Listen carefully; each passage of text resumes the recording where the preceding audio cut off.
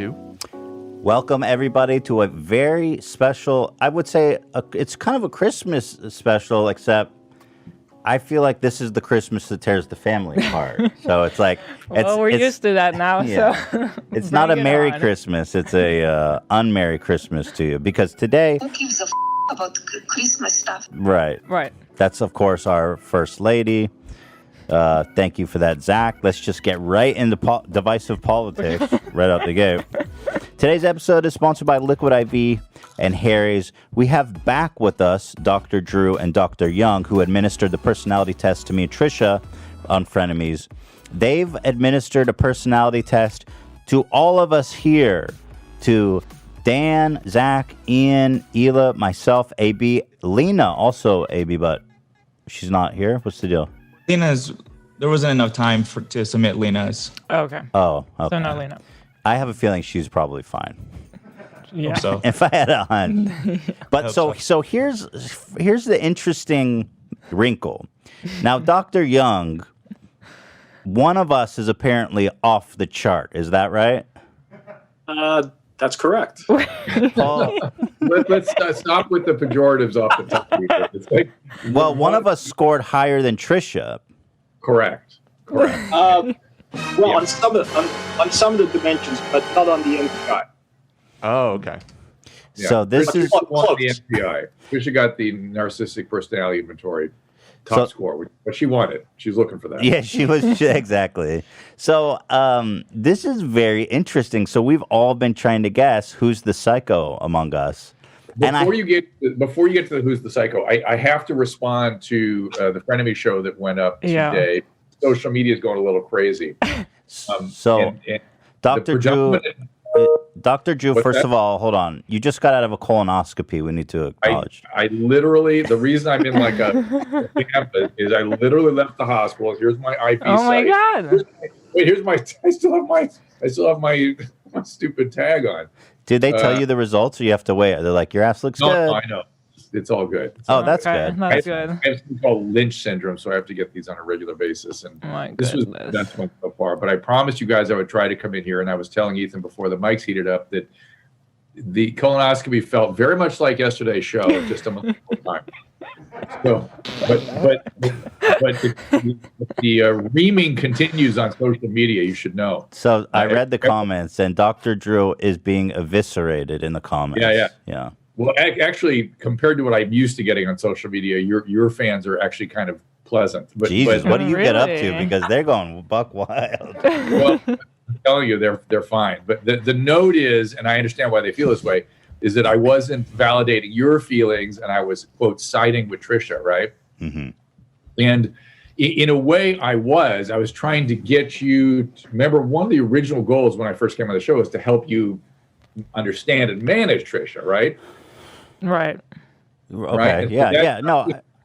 So I was doing more of that. And to be fair, I mean, she has some stuff, and she's been very open about it, and it requires an approach, and it does. And if you don't use that approach, which is, a certain kind of containment, things spin out of control very easily. As you well know. I'll say from my perspective, and all the guys also here in the studio, I did not expect that reaction. Yeah, I was here after they finished, and everyone was saying it was so great. And then we were all surprised by the comments. I was surprised that everyone was, that the comments, and I feel like I understood that that's what you were trying to do.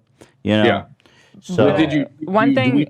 Do I need to help you in any way? Support you? Do you need? I feel like you like. No, I'm fine. I was actually fine. want to say I felt that Ethan was really handling her very well on that one episode where things blew out of control. I think basically what it was is that he was trying to explain my position.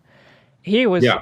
I feel like he's totally fine, and I do think we learned a lot from that episode with you about Trisha, because we actually get along really well now. So good. That's I think great. It was just the miscommunications. They kind of go out of control. Those little. And if you remember, Ethan, yesterday I was trying to get you to withdraw from some of that. To know when to get out. Don't escalate things. And right.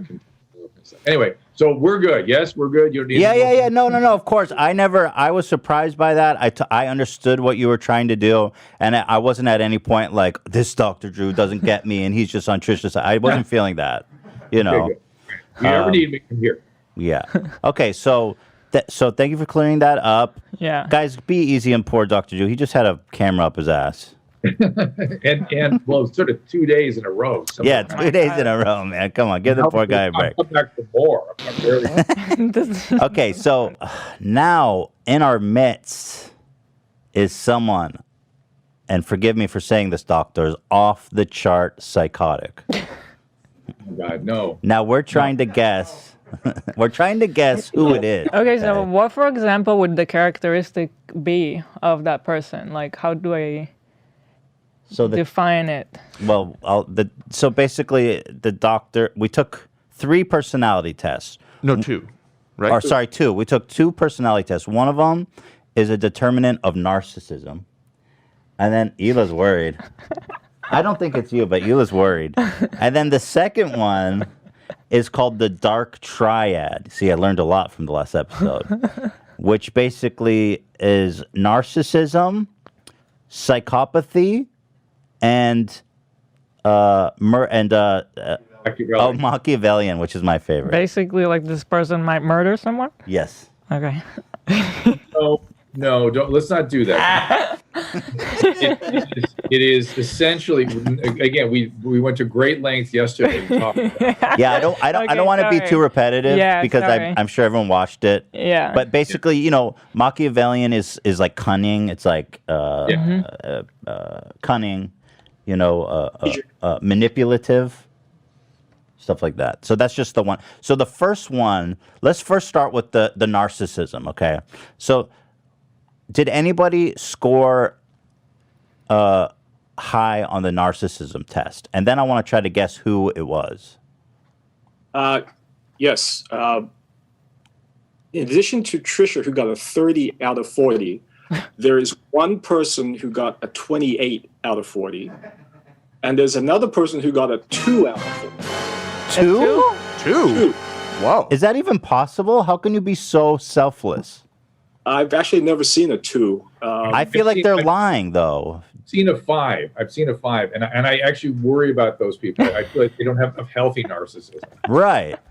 Well, do you ever wonder if somebody's lying on this test? Because a 2 seems outrageous. Well, you know, some people say that they try to second guess, you know, the answers to make themselves come out a certain type of way. But I think the survey is designed in such a way that's very, very hard to do that for every question, especially under some kind of time pressure. So what we try to do is to tell people, just write down your first emotion, you know, with the answer that resonates with you immediately. And that's what we try to do. Okay, so we have one narcissist and we have one pussy. Why pussy? Well, I'm just trying to make it like super self-hating. Self-loathing how would you characterize someone with a 2 on narcissism? Are they a pussy? Are they self-loathing? How can we demean them? Well, I don't think it's a question of demeaning them. I think that you know, these are just 7 aspects of human behavior. Yeah. Tell me about how do we demean? Tell me, like, what would be a personality defect of someone with a 2? He may have trouble with self-sufficiency, I could see, and leadership may not be a great quality, right? Maybe hard to be leading other people. And you certainly are going to have issues, not even issues, but you don't feel great about your body and showing it, that kind of stuff. Okay, this is really interesting. So on the high, so I think we all suspect Zach is going to be the narcissist. By me. Just because you get up to the weird shit, bro. You just get up to the weird shit. I've heard AB being thrown around in the air, too. See, on that.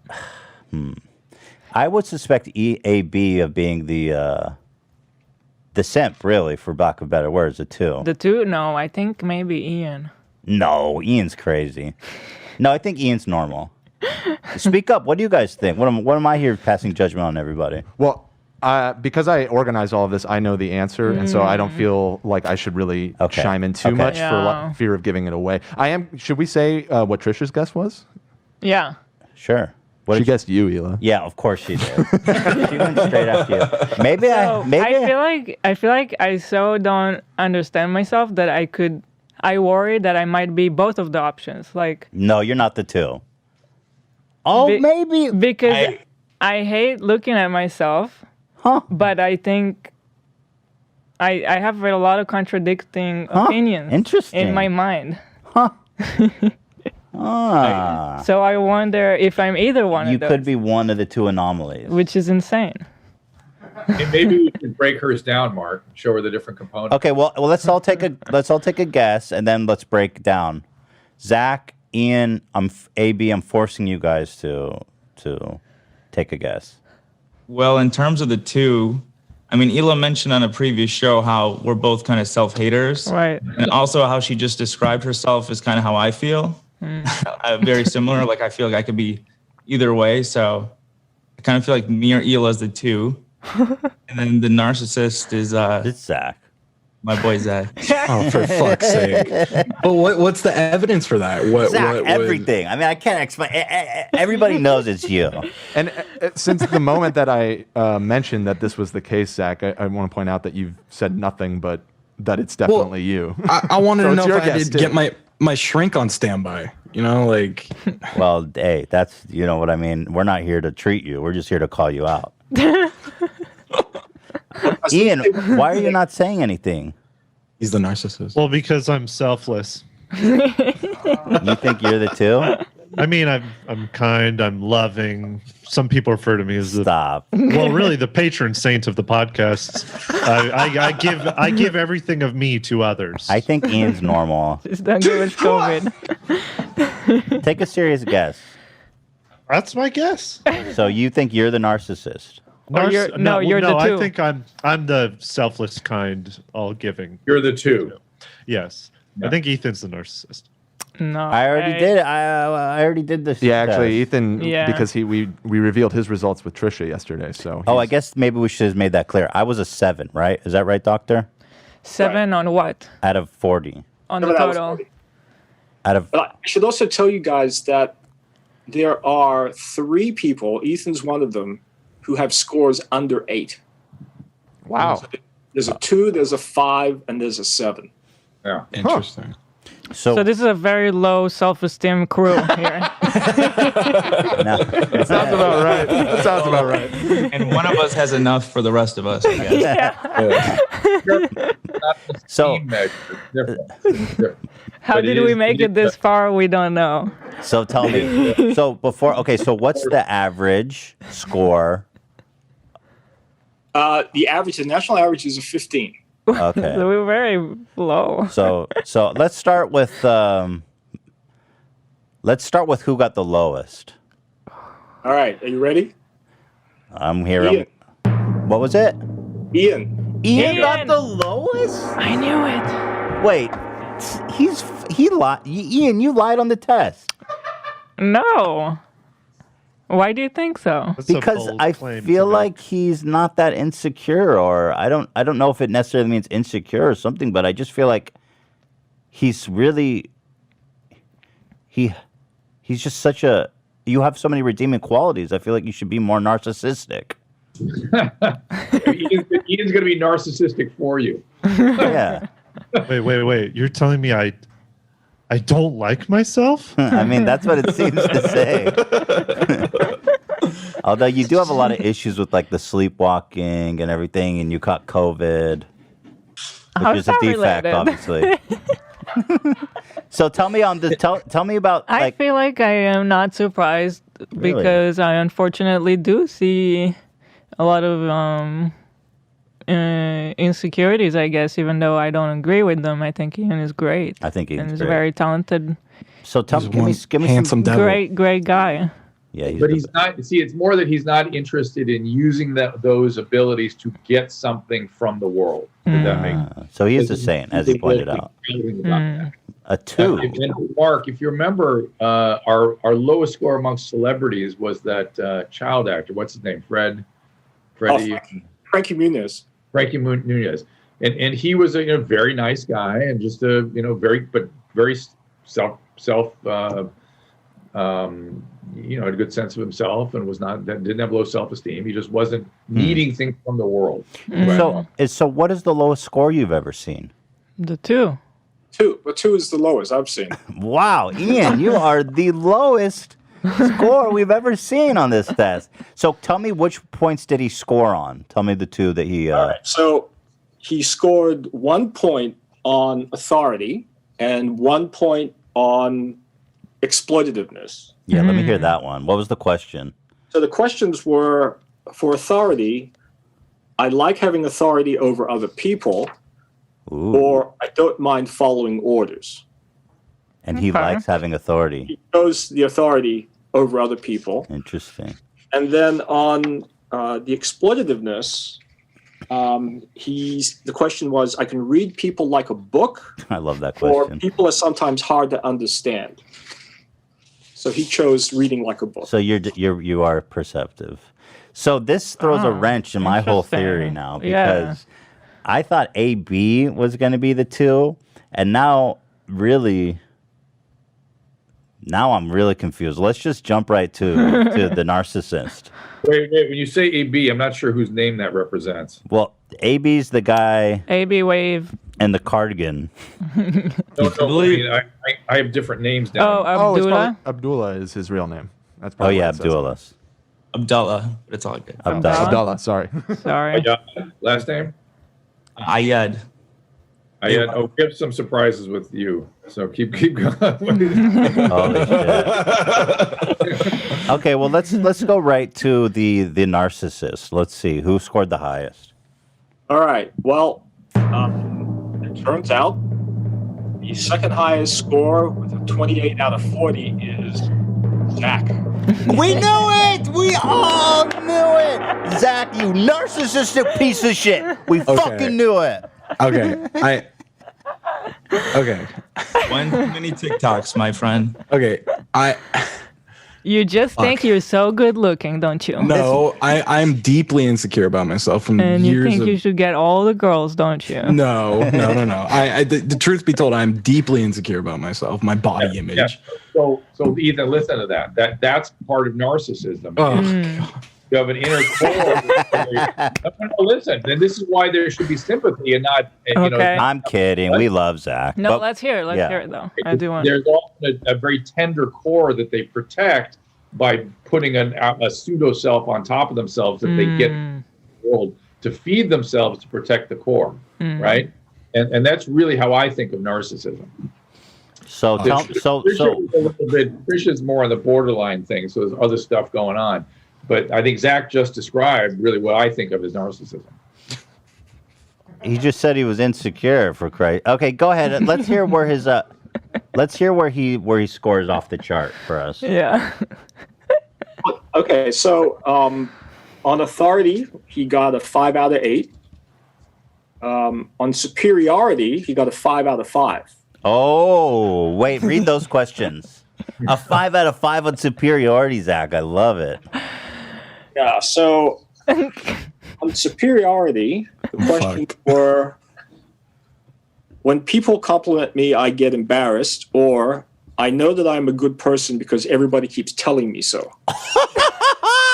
You know, that so reminds me, because Zach always tells this anecdote how when he goes to the grocery store, he asks the cashier, how's her day going? And he thinks that makes her day better. And we all laugh. It does. And we all laugh because we're like, she doesn't give a fuck if you ask how's her day. You gotta put a smile on someone's face. It's a tough world out there. But it's not you putting a smile on her face. Okay, keep going, Dr. Young. All right. The next question, I am no better or no worse than most people, or I think I am a special person. I think you're a special person. Well, thank you. Clearly, so do I.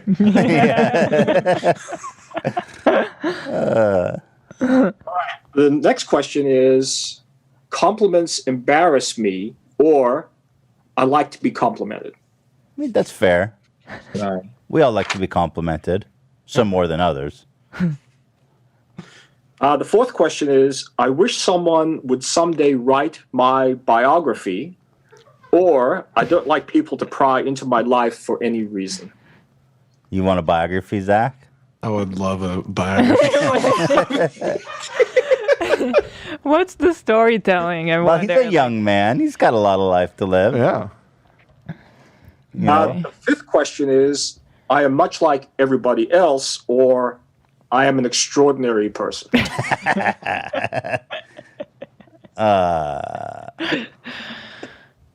That's awesome. Yeah, you are extraordinary. We love you. You could play guitar. You're funny. You're beautiful. Well, thank you. But not the heartthrob. Yeah. Zach, I'll have you doctors know, was recently dethroned as the podcast heartthrob. He was replaced by AB as the podcast heartthrob by a 75% vote. Now, how do you guys think? Do you think Zach is going to be coping with that well? Because those two are friends, and I'm wondering if that's going to be causing friction between them. Well, I think you should take another poll next week and see what happens after this episode.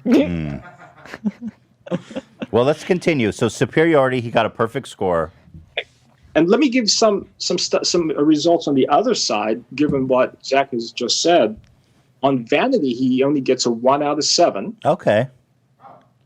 And on exploitativeness, no questions at all. No marks on that. Interesting. So what do you mean by that? It means you're not exploitative person. He's not an exploitative person. He's not out to use people.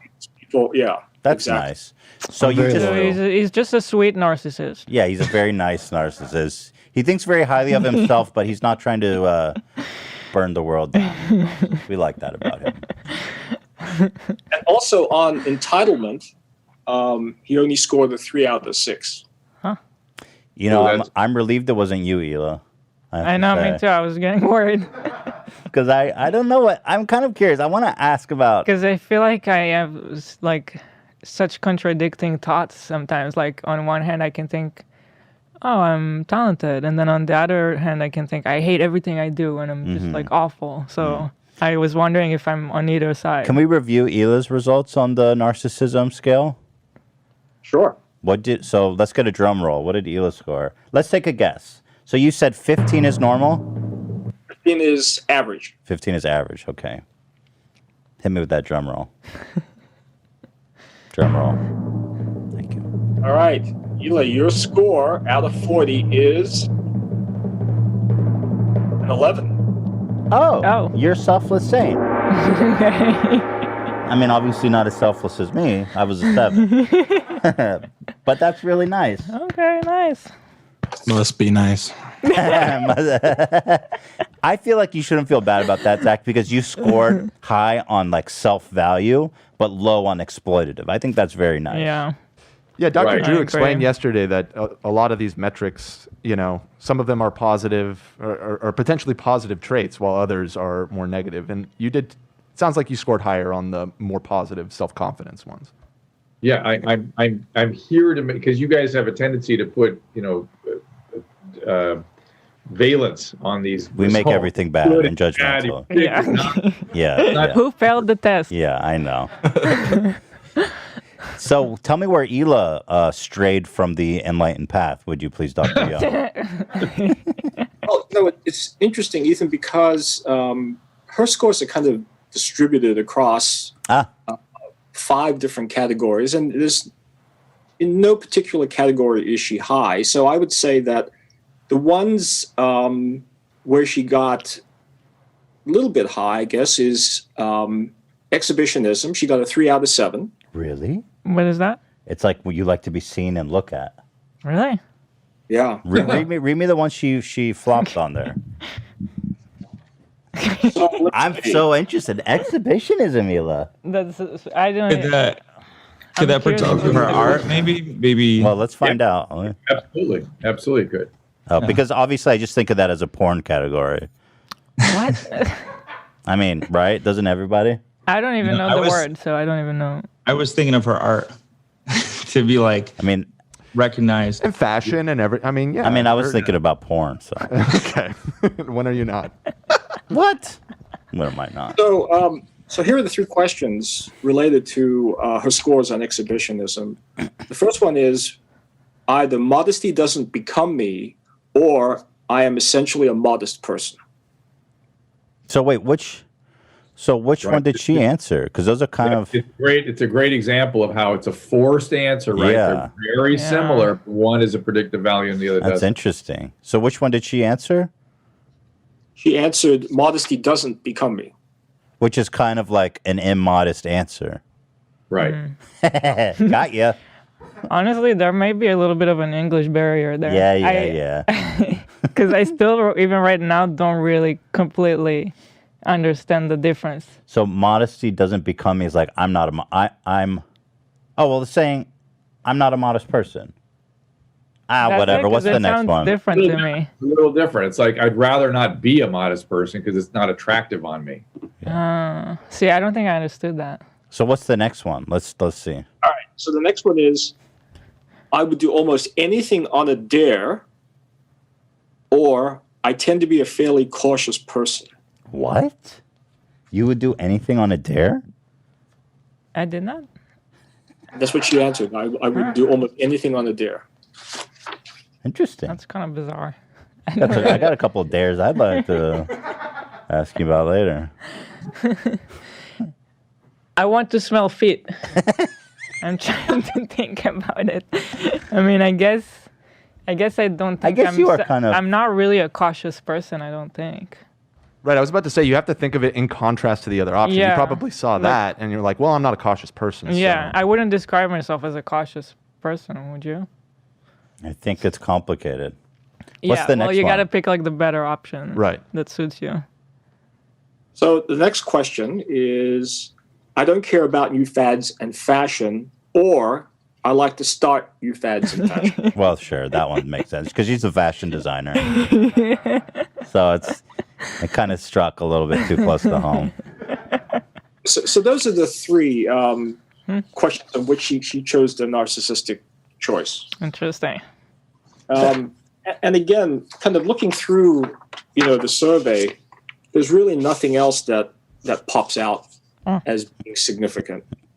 She got a 2 out of 8 on authority, a 2 out of 7 on superiority, and then a 2 out of 7 on self-sufficiency. See, I was thinking you would hit the authority one higher because Hila is the CEO and creative director of her own company, and I would assume, you seem to handle authority fairly well and dictating to people. I think I do, but I don't like to see myself as.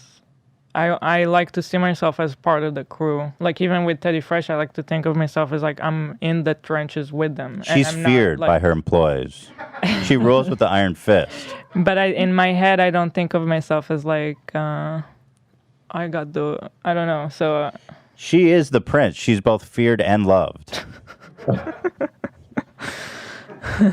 To go back to the Machiavellianism. Let's see how she scored on those parameters. Yeah, that. So, is there any other? You said there's something interesting about AB how did AB score? All right, let me just turn to that. Look at Ian sitting there all enlightened. I know. How do you feel about your score, Ian? He's our little Buddha. I'm not surprised. And those Sunday services really got to you, huh? You're not surprised, really? No. Are you doing shtick? I feel like you're doing shtick. I guess we'll never know. AB hit just about the national average. He got 14 out of 40. Ah, okay. And there are 2 areas, I guess 3, where he got some points. For authority, he got a 5 out of 8. Ooh, AB. Self-sufficiency. He's here to take over the show. Self-sufficiency got a 4 out of 6. And then entitlement, he got a 3 out of 6. Okay. Tell me about entitlement. Well, and by the way, Dr. Young, can I ask you, what does it mean that AB thought he got a 2? Well, I guess his self-perception is different from the way that he answered things when kind of put on the spot. Sometimes it's very hard. You have a feeling about yourself, but when you're asked very specific things, perhaps something else comes out. Drew, I don't know. I'm going to say it's part of the misconception of what narcissism is that you guys reacted to when Zach articulated the feeling associated with it. I think that's what we're seeing here. And in fact, you'll see on some of the upcoming, the other tests. See, my brain is not working very well. I just had anesthesia. But AB has some other interesting narcissistic. Let's go. But again, you often feel small and insecure when you're a narcissist. Interesting. Okay, we are going to go to a quick break, and we'll be right back with our doctors and our psycho staff. Liquid IV. Boy, I love Liquid IV. And Ela, I don't think you've actually tried it, but I am Liquid IV game. Here's the 3 flavors of life. You've got the immune support, the orange. You've got the energy drink, the green. And then that one is the hydration electrolyte mixture. Which one would you like to try? I want the hydration. You do? Yeah. I want the energy. I want to get fucking napped. I always feel thirsty. Oh yeah, no. So apparently, that is supposed to hydrate you more than water itself. Pretty epic. So basically, you unsmutz the top, you peel the top off, you pour it in. So this is the energy one. It's got caffeine. It's got all that good shit that you look for in energy. I don't have anything to stir. I'm just gonna use this. I can't. I didn't think this through very much, but the point is, you mix it up, and it tastes great. And I get charged up. I don't like coffee. Thank you, Ela. Coffee is so acidic, it really messes my stomach up. So this is basically hydrating, beautiful water with all of the benefits of coffee. This is really loud with all the benefits of coffee, and it tastes great. And gets you charged up. Really good. So when I'm hungover or I eat like a really salty food, sometimes I feel like you can't quench your thirst. And so I drink the hydration one. And I feel like it really satisfies my thirst. So they've got a formulation for every need. I love it. It's Liquid IV. I hate IVs, love Liquid IV. You know what I mean? Don't want a real IV, love the Liquid IV. Get it? Yeah, it's pretty epic. One serving of Liquid IV provides the same hydration as drinking 2 to 3 bottles of water alone. Really? Yeah. They've got 3 delicious flavors: guava, juicy guava, crisp watermelon, and comforting apple pie. It also contains 5 essential vitamins. More vitamin C than an orange. It has as much potassium as a banana. Much healthier than sugary sports drinks because there's no artificial flavors or preservatives and less sugar than an apple. Fuck apples. Sugary ass bullshit. It's also made with clean ingredients, non-GMO, vegan, and free of gluten, dairy, soy. It's good to go. Boom. Did you know that Liquid IV has donated over 6.7 million servings globally? In response to COVID-19, products are being donated to hospitals, first responders, food banks, veterans, active U.S. military. Over 3 million servings so far. So this has medicinal value. Getting charged up over here. Shoot me out of a cannon. Liquid IV is available nationwide at Walmart and beverage sections, or you can get 25% off when you go to liquidiv.com and use code H3 at checkout. That's 25% off anything you order when you use the promo code H3. liquidiv.com. Get better hydration today at liquidiv.com, promo code H3. This is how I feel. You hear this music? This is how I feel when I use Harry Crazy. No. I walk into a room, I'm confident. I go, hey girl, I look at the Elon and go, You notice something about me? Cleaned up my neck. Cleaned up the fucking neck beard. Oh! Don't shave my face, but if I did, there's only one razor I would use. You know it's Harry's. Harry's razors. Let's go, baby. It's smooth and slick like the... What do we call this? This isn't really bluesy, is it, Zach, or is it blues? This is a blues shuffle. Like a blues shuffle. Listen. It gives you the closest shave, the smoothest glide, the most competitive price. It's convenient. They send it right to your door. What more do I need to say about harrysrazors.com/H3? New U.S. customers can redeem a Harry's trial set. By going to harrys.com/H3, you'll get everything you need to feel as good as this music sounds for just $3. Honest value. They were founded by two friends who were tired of overpaying for razors. They thought the big brands were overdesigned, overpriced, and out of touch. So they founded Harry's as a return to the essential quality blades at an honest price, as low as $2 per refill. German engineered blades, quality. You know, these guys, they wanted to sell product they'd be proud of, so they raised a bunch of money to buy a razor factory in Germany. It's been honing precision razor blades for over 100 years. They sourced the steel from Sweden. They own the entire manufacturing process. This allows them to make a great product and keep the prices low. You hear that music? I'd glide that fucking razor right over my shaft and I wouldn't even think twice about it. That tells you everything you need to know about Harry's. New, sharper blades. Harry's is delivering their sharpest blade ever, and they aren't raising the prices. Their new blades are so sharp that guys shaving 4 times per week report that with Harry's new blade, their 8th shave was just as smooth as their first. They've got a quality guarantee. They confidently stand by their blades with a 100% money-back guarantee. Harrys.com/H3. They're available online and in stores. Harry's is now available wherever you shop. So here's what I need you, our loyal listeners, to do. Harry's has a great offer for you guys. New United States customers can redeem a Harry's trial set at harrys.com/H3 for just $3. You get 5-blade razor featuring their all-new sharp blade, a weighted ergonomic handle, foam shave, gel with aloe, and a travel cover to protect your blade when you're on the go. All of that for just $3 mother-loving.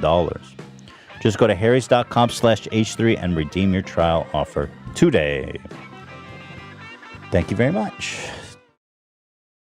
So tell me about, Dr. Young, if you would please tell me in detail how fucked up AB is, please.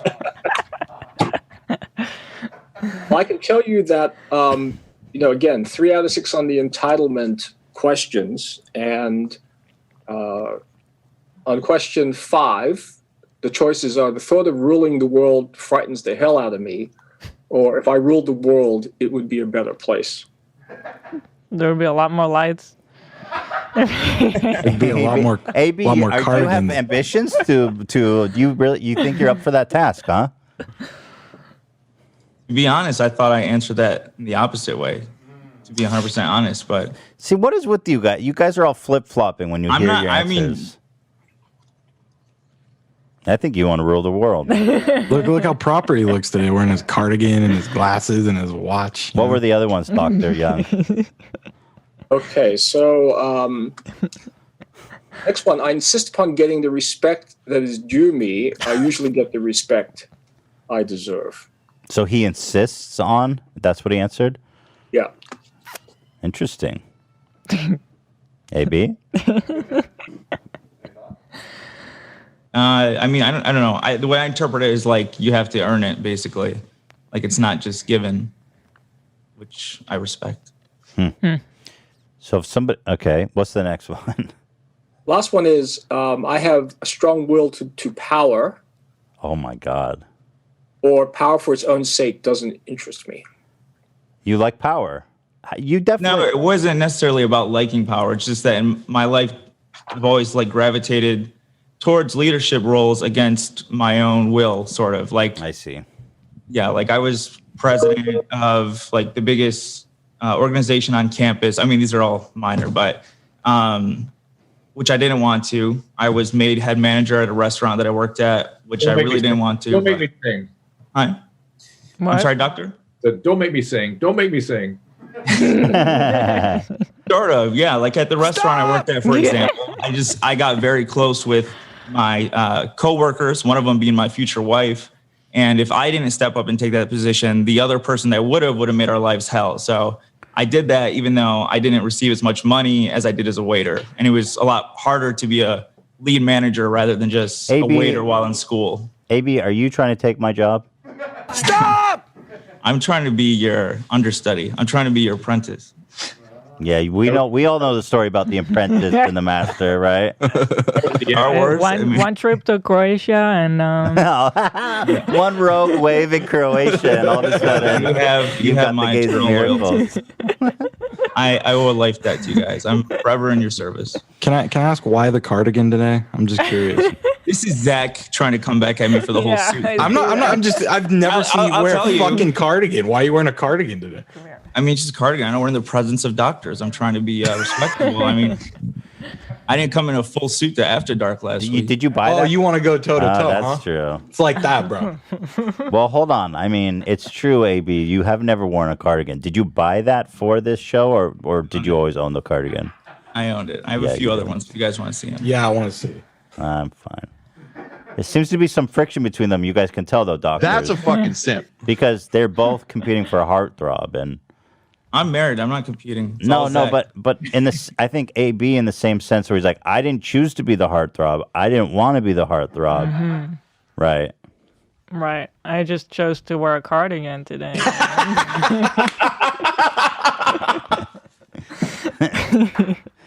And just cut to Ian, who is basically in planes of enlightenment. He is disengaged. He is in the ethereal realm of just attained a new level. He's in Nirvana. Exactly. He's in Nirvana. So, let's talk about Dan. Tell me about Dan's score. Yeah, there are two other scores we haven't done. One is Dan. Dan got a 8 out of 40. Really? Like you. You and me, baby. Huh. You and me, Ethan. And I'm a little more narcissistic than you, apparently. 1 point. One point more. Dan had one category where he excelled. Dan is a great guy. Oh, well, thank you, Mr. President. So where did you excel, Dan? Well, he actually got a 5 out of 7 on authority.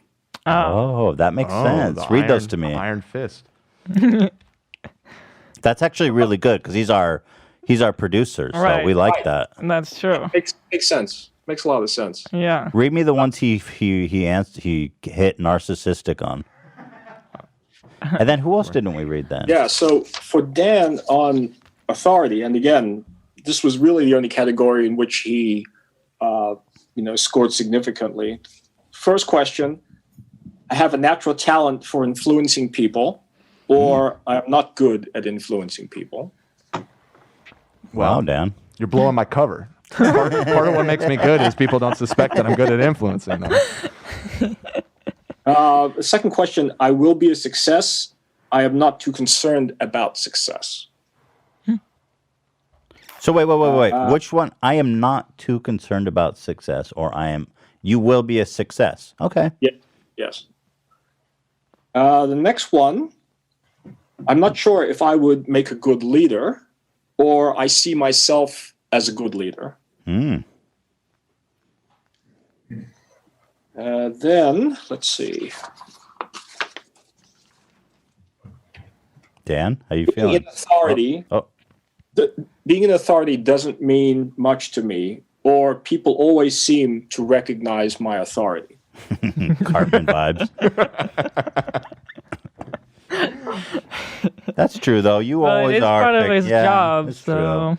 Yeah, and that's just it's actually similar to what AB was describing. Like I don't necessarily it's true. I don't necessarily go out of my way to try and seize authority in whatever situation I am, but it oftentimes seems to fall to me, and I've become accustomed to stepping up to that, I guess. I don't know. I look up to you. I just said that in that video. I just said that. I said I admire you very much. Simp. You are a commander. You literally just said the same thing, Zach, and then you insult him for saying it. Simp. Yeah, doctors get that. I do think that Zach holds.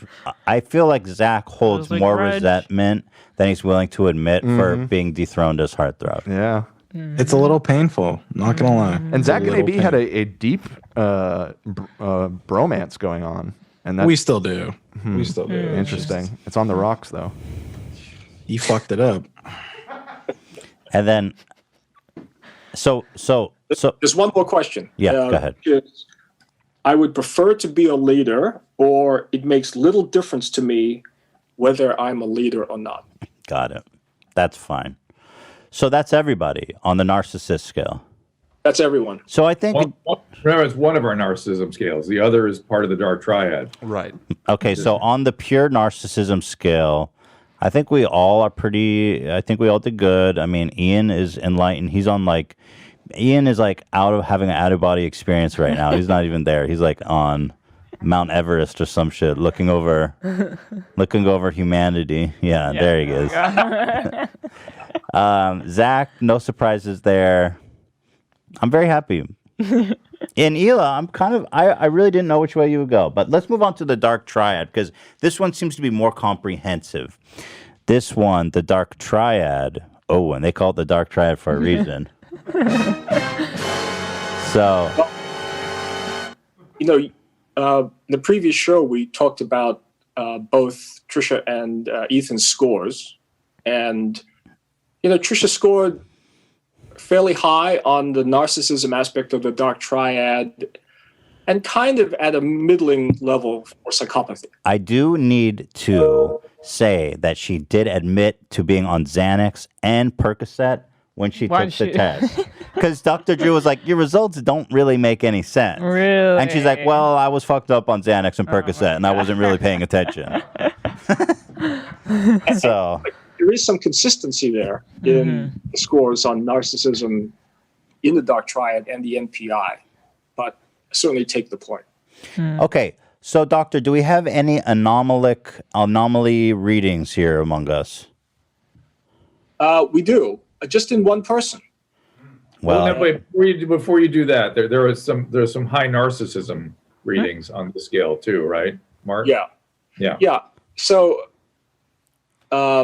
with AB, he got a 3.89, and a high score on the dark triad measure of narcissism is a 3.68. Oh, so AB scored high on the narcissism scale. Yeah, dark triad. Above the threshold. Interesting. AB, what do you think about that? As someone who thought you were a 2, according to the dark triad, you have narcissistic traits. I don't know. What are we able to go over some of the questions? Of course. So yeah, there's actually a lot, but I mean, I think before we even do that, questions on the dark triad relating to narcissism are different from the ones on the narcissistic personality inventory. So sometimes it's just a question of the types of questions that are actually being asked. Right. So let me try and pull up. So how this one works is you have a sliding scale of strongly disagree and strongly agree on a scale of 1 to 5, right? And so, that's right. So they ask you kind of similar questions, and then they gauge based on which bubble you fill in. So it's a different, maybe more nuanced scale. So yeah, that's right. This is not a forced choice. It's a scale. I got to give up my studio in 5 minutes here. So we better proceed with the reveal, because help you guys through that. Okay.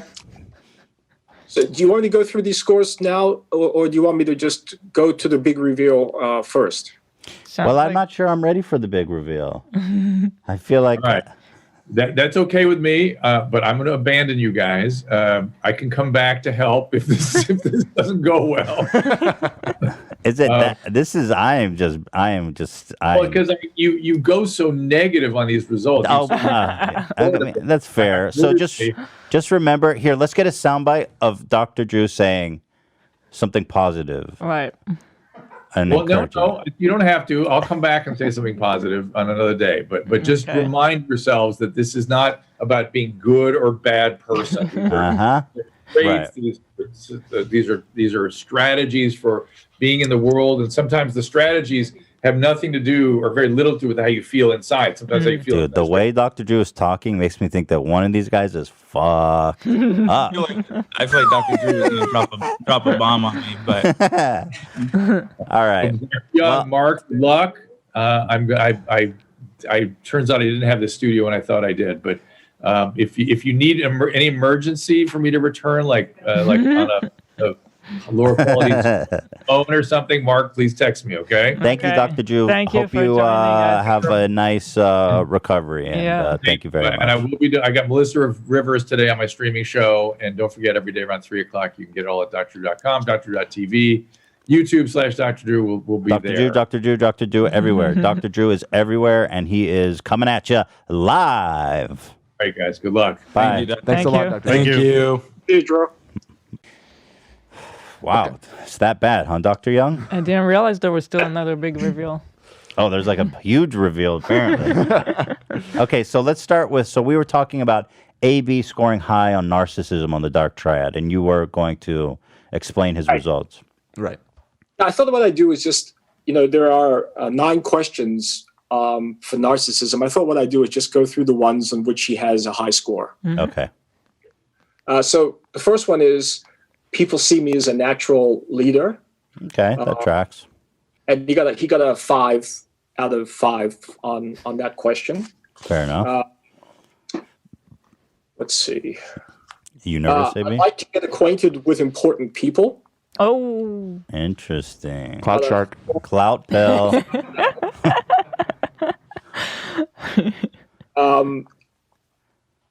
I feel embarrassed if someone compliments me. Now, that is what we call a reversed scored question. In these types of surveys, in order to make sure that people are actually reading the questions, we put in a negative and then reverse score it. It's just a technique that psychometricians use.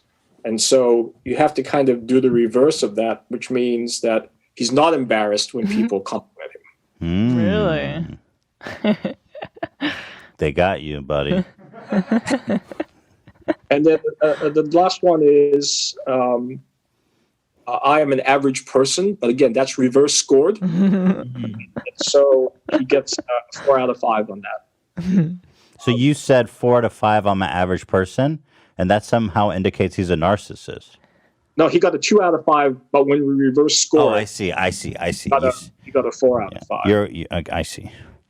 Okay. Again, for my money, the NPI is a much wider assessment of narcissism, than the narcissism score in the dark triad, simply because you've got 40 questions on the NPI, and here we've got 9. Mm-hmm. We have a much broader range of characteristics related to narcissism. The different categories that we kind of went through. Yeah. So how are you feeling, AB? Does this all make sense to you? I mean, I don't think I think it all is pretty reasonable stuff. Yeah, no, it makes sense. I feel like a lot of it goes back. Not trying to go into deep dive, but my dad's sort of my dad's known for being very assertive and being like the patriarch of the family. So I try to be a nicer version of him, if you will. So I could kind of see that.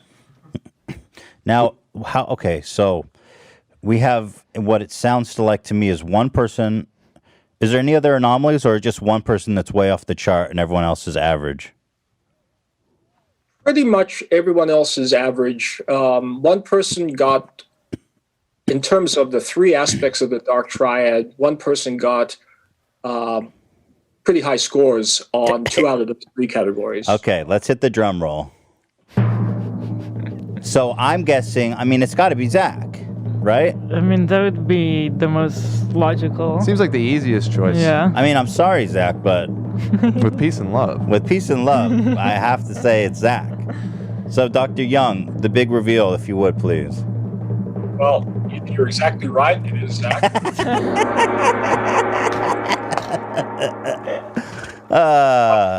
told you I'm Joker brained. You didn't believe me. Yeah, you are Fully Joker brain. Joker-fied, I'm fucking Joker brained. We knew it was Zach, but with peace and love, that's why we love you, Zach. But you know what? I think the when you look at these categories, and I'll talk about them in detail in a minute. Zach got a 4.2 out of 5 on narcissism, and that's very consistent with what we already had assessed with the narcissistic personality inventory.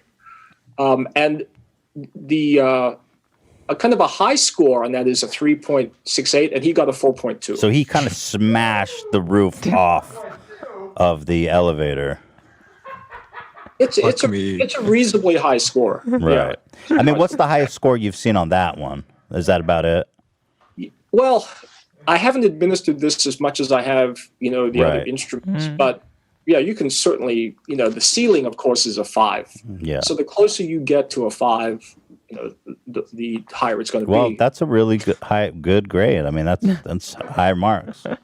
But so we knew he was a narcissist. So what about the other 2 aspects? All right. So on Machiavellianism, this is kind of strategy and cunning.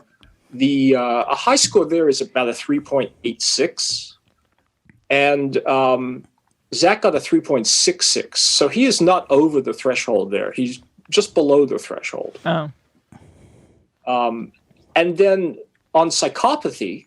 Oh no. Zach, I think you'll be interested to hear this. The average, a reasonably high score is a 3.4, but you only got a 2.77. Oh. That's not that bad. So why did Dr. Drew make it sound so bad? I got afraid that Zach's going to be full on psychopath on me. It's just that the other way we add these up is we add all 3 scores up to get a total, and so a total high dark triad score is 10.94 if you sum the 3 right across categories. And Zach's score across those categories was a 10.63.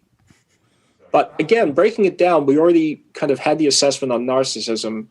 The fact that psychopathy is low, I think, is a positive. Very good. Yeah, we got to turn that dial down there, Zach. And then Machiavellianism, again, that just really means, strategic behavior. Read me the Machiavellian ones he scored high on. All right, so Zach, how are you feeling? How are you feeling about all this? Well, I have my shrink on standby. Thank God. What does that mean? Are you kidding, or are you making a joke? No, I'm just kidding. I'm kidding. Does this mean I have to be locked up, or like? You're going to prison. Necessary. Straight jacket, like Houdini, that shit, like No, remember, these are just traits. Right? It doesn't mean that you have a disorder of any kind. They're just kind of tendencies. And we have to say that for the NPI in particular, these are stable tendencies. But again, it doesn't mean you're a bad person or anything like that. It just means that on these particular aspects of personality. And I will say, Zach, that your scores weren't that bad. I mean, Dr. Drew was leading me to believe that we were going to have to call the fucking FBI and dig up your backyard and shit and start digging for bones. Well, do we know, is Zach the big reveal? Was that the big reveal? Yeah. Yeah. Okay. Yeah, no, he's the highest. Oh. Well, Zach, whatever makes the you winner. up. Hey, he wins. Whatever makes you up, you're the sweetest guy I know. So you lost the title. So Zach, you lost the heartthrob title, but you won the crazy title. I love it. I love it. You know I'll do anything for the show. And that's why you're the greatest. You're my golden boy. I have a question, if I may. I'm curious how Ian did on this Dark Triad because he was the lowest. He was so low on the other one. It's like he doesn't even exist. Did he score super low on the Dark Triad? Is it possible to not even exist? I can tell you that, and I want to come back to Zach and compare his overall score to Trisha on the Dark Triad in just a moment. Sure. Ian got a 6.82 overall score when a high score is 10.94. There you go. So super low there, too. Ian's low, but he got a 4.76, which is a very low score. Oh, on the Triad. Really? Interesting. Ethan, you got a 6.54 overall score. AB got an 8.88. Well, he's getting up there. Borderline. And just to remind you, and Dan got a 7.22. A little bit high up there, Dan. That was like the same as yours. But I wanted to note that Trisha got an overall score of 9.22 on the Dark Triad. Yeah, but she was high. She was high, and Zach had a 10.63. So Zach, I am so fucked. No. But Zach, please remind everybody that Zach, you were sober, and Trisha was high on Percocet and Xanax through the last two, which she said on the show. I'm not like exposing her. I was sober. So what does it mean that I was low on this one? Like, what are some of the questions that I scored low on? Well, let me just tell you the scores in each category because it's so low. You got a 1.88 out of 5 on Machiavellianism. So not strategic. You're not a strategic, manipulative person. That's good, I think. Yeah. On narcissism, you got a 1.44 out of 5, which is consistent with your low score on the NPI. Right. And then on psychopathy, again, out of 5, you got a 1.44. So these are low scores. Well below the mean. So the overall score of 4.76. If I'm looking at the data here, there's not too much that really jumps out across other folks. So I think in summary, if you look at the overall total for the Dark Triad, you've got Zach in first place with you're coming in second. And then AB third and Dan actually fourth. This is so I'm just kind of, I mean, seriously, how are you feeling, Zach, like on a real level? Or does this affect you? I mean, obviously we're not taking it too seriously, but I'm just kind of curious. I knew I wasn't like other people. Interesting. So there's that. So when you say AB has excused himself. So when you say you knew you weren't like other people, do you mean, I guess, what do you mean by that? Like how did you see yourself as different than other people? I'm always willing to do something somebody else doesn't want to do. It could be an attention thing. It could be I don't know what it is, but yeah, I'm Joker brained. But I love that. I love your differently. Joker brain. I'm Joker brained. I'm gonna have to get through life now. You know, it's gonna be a struggle, but I'm gonna do it, God willing. And Dr. Young, have you administered yourself on these tests? I haven't done the Dark Triad on myself, but Drew and I have both taken the NPI. And how did you guys score, just in fairness? Drew scored, I think, a 16, and I think I scored an 18. And the dimensions on which both he and I score high tend to be things like authority and self-sufficiency. And you find that a lot of people who are professors or attorneys, kind of who have to stand up in front of people and lecture or to be in court, you have to kind of have some kind of level of authority, in order to come across as being someone who knows what they're doing. Right. So my scores were all kind of bunched, kind of in that direction. And Dr. Young, I make this a mandatory thing in the year and day of Zoom calls. I like to ask all of our guests who are sitting on a green backdrop to turn it off for us. As I see you're sitting in a very studious, well-lit library. Let's pull down the curtain. So many books. Okay, well, let's see. That looks great. That looks better. There's even more books. Usually it's like some shitty, rackety. Like you're sitting on a bed and this is a beautiful office. I love your Yeah, it's very cluttered, and so it's I have cluttered in a very organized. Favorite, because I'm involved with USC sports. I work a lot with the tennis team, and so the tennis team is the number one tennis team that's ever played the sport at the collegiate level. Oh, and so I'm there picking up some narcissistic traits there, Doctor.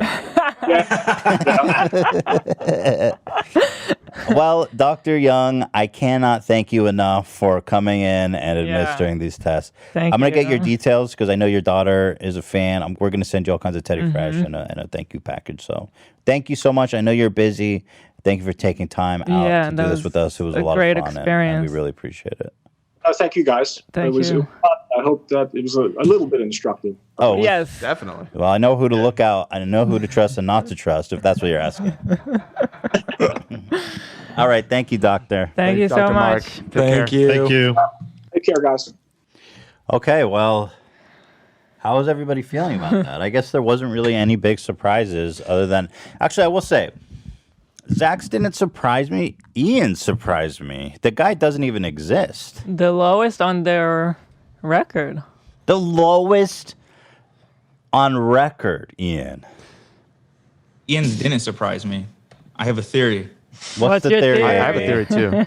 Yeah, something's off about this. We all know Ian's cunning, and we all know Ian knows Ethan well. And I assumed that what happened with Ethan saying, "Can we go back and read those questions?" would come up. And I have a feeling that Ian predicted that, and he was very cautious with his answers. Because if that's the truth, then he's off the scale Machiavellian. Right. This is pretty much my theory, is that he understood the angle of all of these questions, and he's such a sociopath that he was able to manipulate everyone into thinking that he's some sort of saint. Well, look how he's floating above the clouds. I mean, I tend to think, He's very it smart. almost sounds like AI Ian took the test. Oh, right. Who took the test, Ian? Was it you or AI Ian? Look, all I have to say, really, is that who'd they say had didn't they say it was the last lowest score was Frankie Muniz, right? Yeah, That's right. something Is like Who that. was? Well, of celebrities. I don't know if we can necessarily put you in that echelon, but All I've got to really say is, Frankie, hold this fucking L. Major L. fuck you, Frankie, you bitch. I'm sorry, Frankie, but get the fuck out of here. I'm the new saint.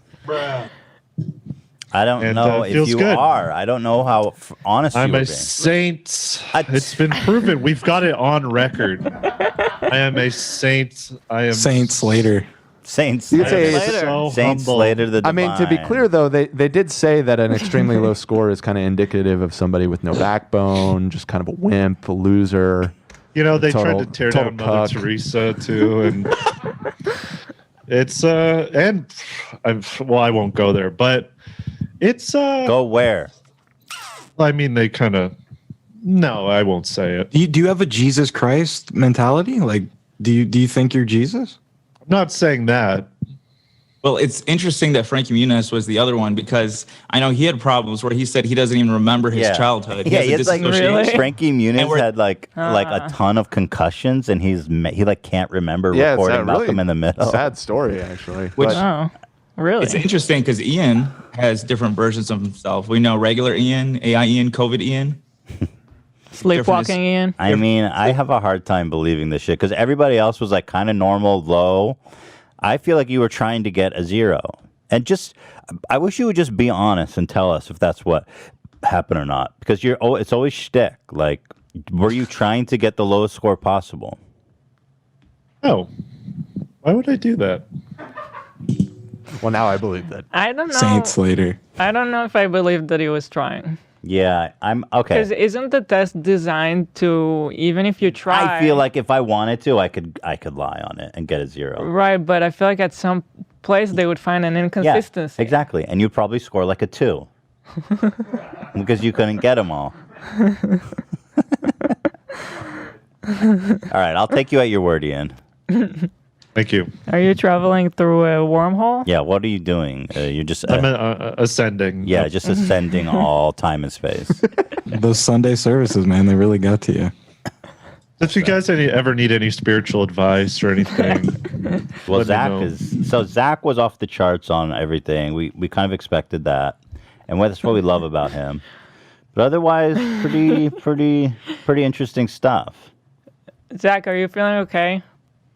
I mean, I'm a little thrown back, to tell you the truth, but I mean, I hate Jesus and I'm more satanic. So like, it is what it is. You feel sad? Like, what's the emotion you're feeling? I mean, I wouldn't say sad. It's just kind of like, it is what it is. You just got to roll with it. You're just surprised you learned something about yourself that you didn't necessarily know.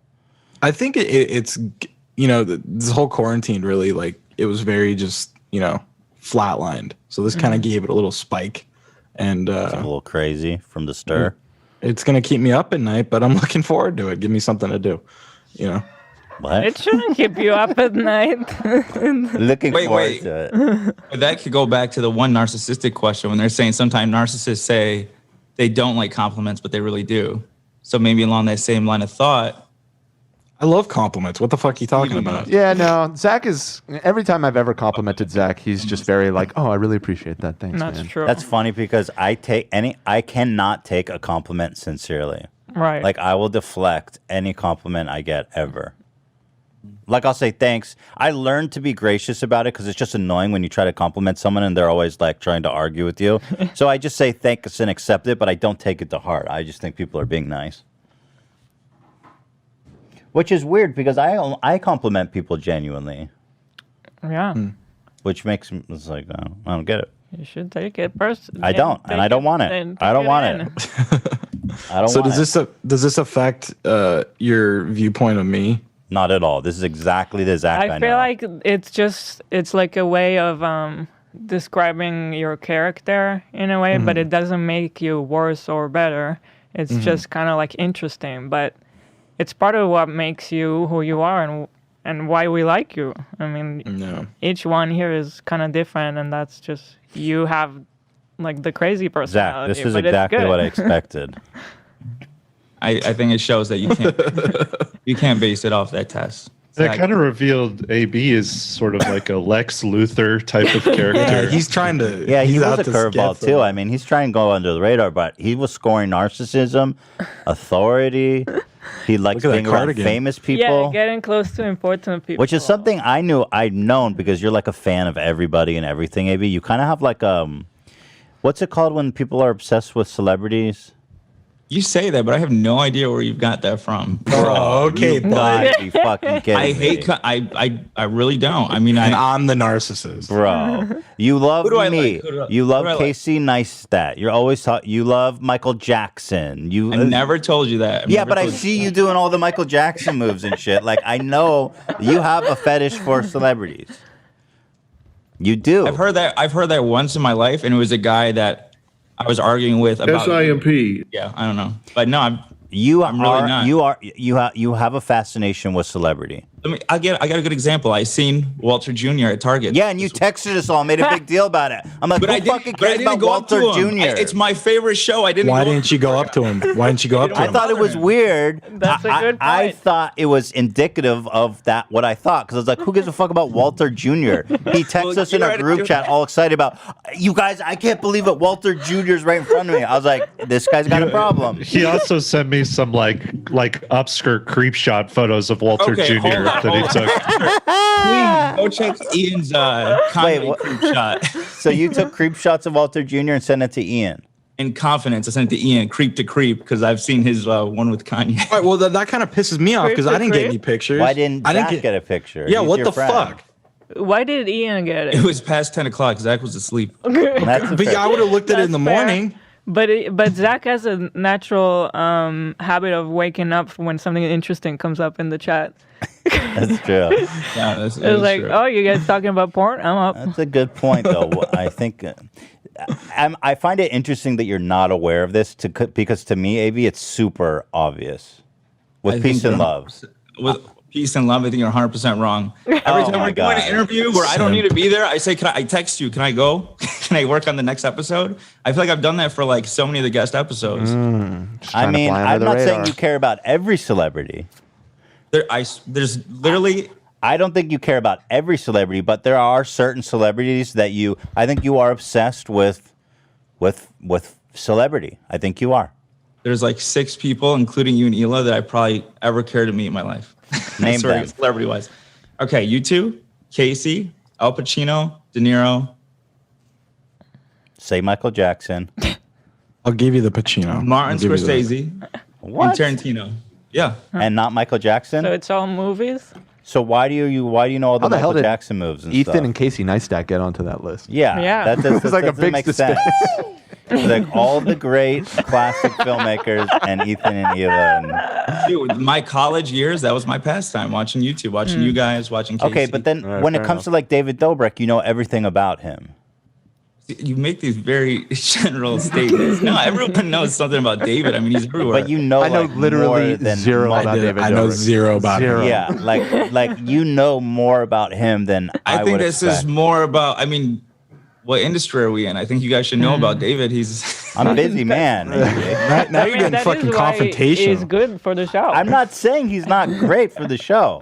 He has a skill set that's great, but I'm just saying I'm surprised he doesn't know this about himself. No, not at all. I mean, So when did you learn the Michael Jackson dancing? And then why did you get so defensive of Michael Jackson when I was calling him a predator? okay, because I never said it to you that I'm a fan. That's why. Because it's a touchy subject. Of course, You're a fan, though. You are a fan. I think he's innocent. Let me preface by saying that. I definitely think he's innocent. The only thing I ever said to you was about that. Imagine if AB was on the crew when the whole thing was going on. I wish he was, because I really wanted someone to debate I would have with. helped you guys. Why? I stand by everything I said. Yeah. You know, that's fine. But I would have loved to have had the opposing view. And in your defense, it's no one's job to have, looking that deep into, I mean, I don't know. I don't want to get into it. So do you guys see what I am saying about AB? Because he thinks I'm dead wrong. I see it. I mean, I agree with him on the Pacino and De Niro shit. Well, yeah. But like, Zach, let me know when you don't agree with Ethan. Whoa! You're fucking one to talk, dude. I'm not a yes. I mean, most of the time my views are aligned. Oh. It's a lot harder to speak when I'm not just saying yes and not in my head. Oh, are you? Okay, let's see you do the shit I do, buddy. Hold on, can I say something? Can I say something real quick? Because I know I'm really thinking me and Zach are serious. Zach is the biggest sweetheart. I mean, I can't tell you. Yeah, fuck since I started, how much this guy has helped me. I can't tell you. Every time I was freaking out on air, Zach has texted me, "You're good, calm down, you're fine, don't worry about it, you're overthinking." It's probably just strategizing though. It's Machiavelli. No, Zach scored low on the manipulative. But like, okay, I mean, I don't want to harp on it, but like, I mean, Ian, Dan. Do you guys see in AB what Ethan sees in AB? A little bit, and I feel like what AB's saying, we should separate the two things, because you talking about like, oh, I would love to meet these celebrities. I mean, yeah, everybody's got like their favorite actor, the favorite director that they love to meet. That's completely normal. Ethan, I think, is talking more about the sliding into the DMs sort of moves that we know you've pulled on multiple occasions. I'm talking about, and I have an antenna for this, being as, I am one of these celebrities. And I always have to say it like that because it's so silly, but yeah, I'm pretty big deal. Hey, I'm low on narcissism. You guys are big deals. Now I feel like you lied on the test. I'm just kidding. I always do that because I feel embarrassed to say it. But AB, there's types of people who have these people as role models. They're like super fans, right? They're like simps. They have these people as role models, and that they are a fan of them to a much higher degree than a normal person would be. And I believe that is a characteristic of that AB has for certain people. That he if I may interject, AB, have you ever had a sexual fantasy about like Al Pacino or like Robert De Niro? Like just something like some casino porn or like no. Hell is this question? Can I hold on? I think a little flustered. Maybe Zach's going in today. My interactions with you, Ethan, is how I would be with everyone else. Now, I became friends with you and met you under weird circumstances because you were like in the middle of this online war, and there was like groups of people who were attacking me who were bigger than me, and you were the only one. We were the only two on this side from my perspective. Mm-hmm. So it seemed like I was doing a lot more, and I am a fan. But it's not to the degree like. We have to ask Lena because she's the one who will really know. Don't know.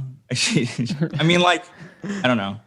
I'm a fan, but I don't feel like I'm the same degree that other people. I feel like that's taking away from their. Well, we're gonna find out on Friday because we are doing the simp off. So. Oh yeah. I kind of want to do my presentation to clarify what I'm saying. Don't throw the simp off now. All right, let's go talk to Papa John.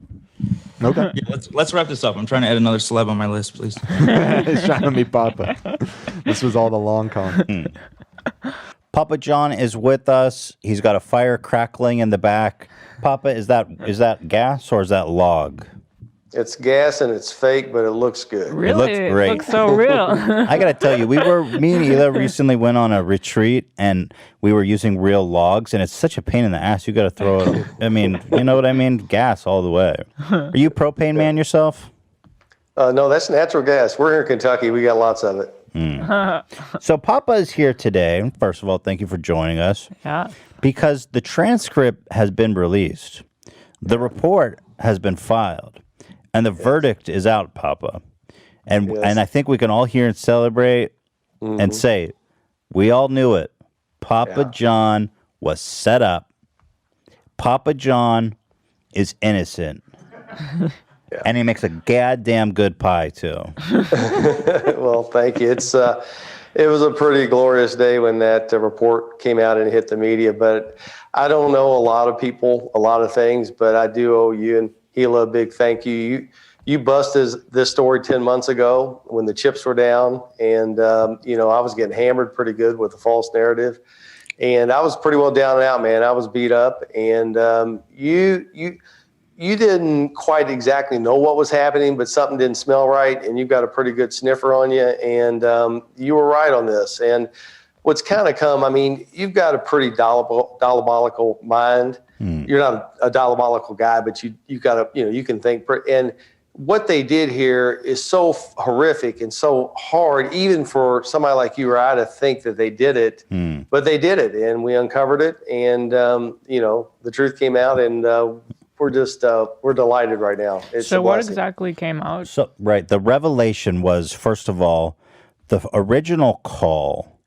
There's a transcript released.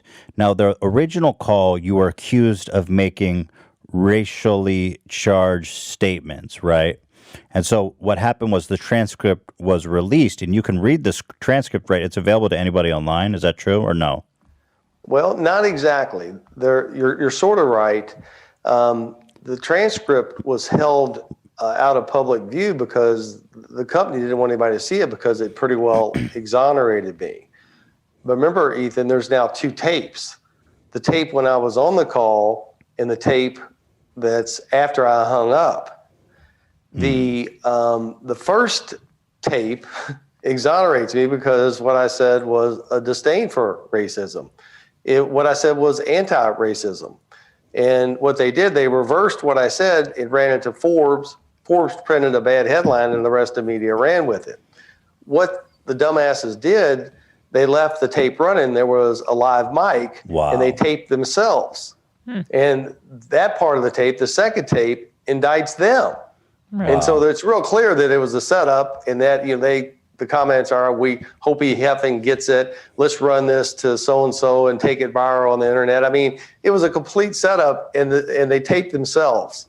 Wow. So I have access to this transcript. So how do I have access to this? Was this something? You have access to the transcript of the lawsuit. It's a call transcript. But remember, we had to file a lawsuit against Laundry Service to get the first transcript out in the public. So people can read. The public had to dig for it. You dug for it because you're following the story. So, but this is out there if people want to read it. This call transcript. Right. The second call, the second transcript, is in the court of law, and Laundry Service is trying to seal it because they don't want that transcript out there. So you got Papa John's doesn't want the first transcript out there because it exonerates me, and you got Laundry Service that doesn't want the second transcript, the part that recorded them, out there because it indicts them. So it's all tied up in the legal system. It's a bunch of BS. So now that the transcript is out, this is great for people who are following the story, right? But what does it mean for you legally? Well, right now we have a motion to unseal the transcript, and we should get a ruling on that any week. Well, once that gets unsealed and the public now knows exactly what was said in the second call, they'll put two and two together and say, my gosh, this goes beyond just not fair or right. This is what they did is darn right horrific. It's evil. What do you do from there? Well, first of all, you just kind of slow down here and kind of go, what just happened? You have the setup. It was premeditated, and it was intentional, and it was malicious.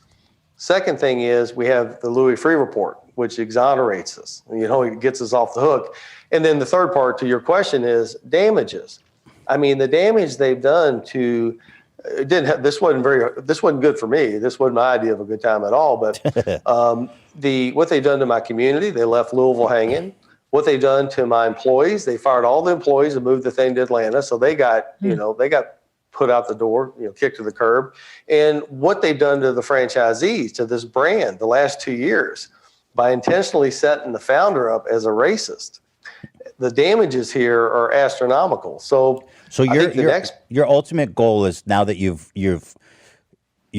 proven your innocence and there's more evidence coming, your goal is to now take this evidence and file a lawsuit against laundry service for damages? Well, you have to look at the different publics. You have the suppliers, which they've actually benefited from this. You have your community, which I told you they lost. You have me personally, which is a loss, and you have the franchisees and the employees. Remember, all the proceeds out of this lawsuit go to charity. And so I don't get anything out of this except to give the money to charity, which is, I just want to clear my name because, I have kids, I have grandkids, and you just don't want that on your record because it's nonsense. I couldn't save the employees, Ethan. I did everything I could. I knew they were going to do this to the employees, and they picked up headquarters, they kicked these people to the street, and they moved it to Atlanta. We were here 34 years, and they hurt a lot of people. And the damage that this board of directors and your good friend Steve Ritchie did to the employees and the executives here in Louisville, Kentucky is it's horrid. It's horrid.